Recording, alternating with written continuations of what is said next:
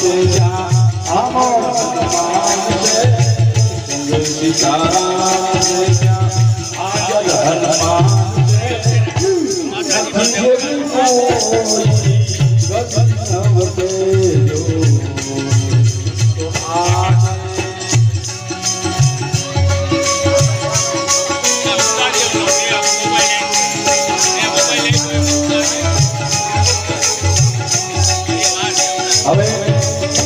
સન્માન વિધિ લેવાની હોય લઈ લો, નાતાઓની સન્માન વિધિ લઈ લો, કારણ કે બાપુ પછી જાજી વેળા ઉભવાનું હોય છે એટલે એ પણ આપણે જોવું પડે.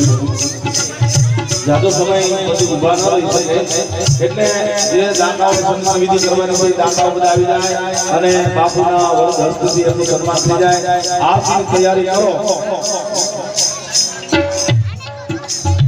અહીં બાબા રામદેવજી મહારાજ પોતે પ્રયાણ કરે છે અને પોતાના તમામ ભક્તોને કહે છે હે મારા વાલા ભક્તજનો, દર મહિને શુદ્ધ બીજના દિવસે પાટોત્સવ કરજો અને જ્યાં જ્યાં તમારા રાગરાના પાઠ થાય ત્યાં ત્યાં અંતરિક્ષમાં હું હાજરી આપીશ. અને ભગવાન શિવ આવીને કહે છે પણ મારી તમે સમાધિ ન ખોલતા બાબા રામદેવજી મહારાજ આવી વાત કરી છે. અને બાબા રામદેવજી મહારાજે 24 ફરમાન પોતાના ભક્તોને ગંગાને કીધા 24 ફરમાન જે કોઈ ભક્ત પાળે તો એના સન્માન બાબા રામદેવજી મહારાજ આવી અને મારે અને એના તમામ મનના મનોરથો પૂરા કરે.